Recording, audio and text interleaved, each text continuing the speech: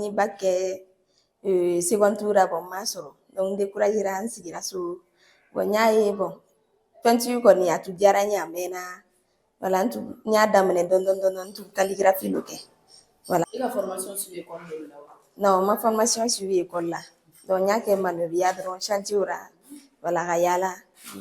Ni y'a san joli b'a la? Bon actuellement n bɛ se k'a fɔ san 3 kɛ. I bɛ dumuni k'a la wa? Voilà donc a kɔni ko caman ɲɛ n ye dɛ. Bon n tun baara kɛ ni n ka patron ye bon actuellement n baara kɛ n yɛrɛ ma sisan.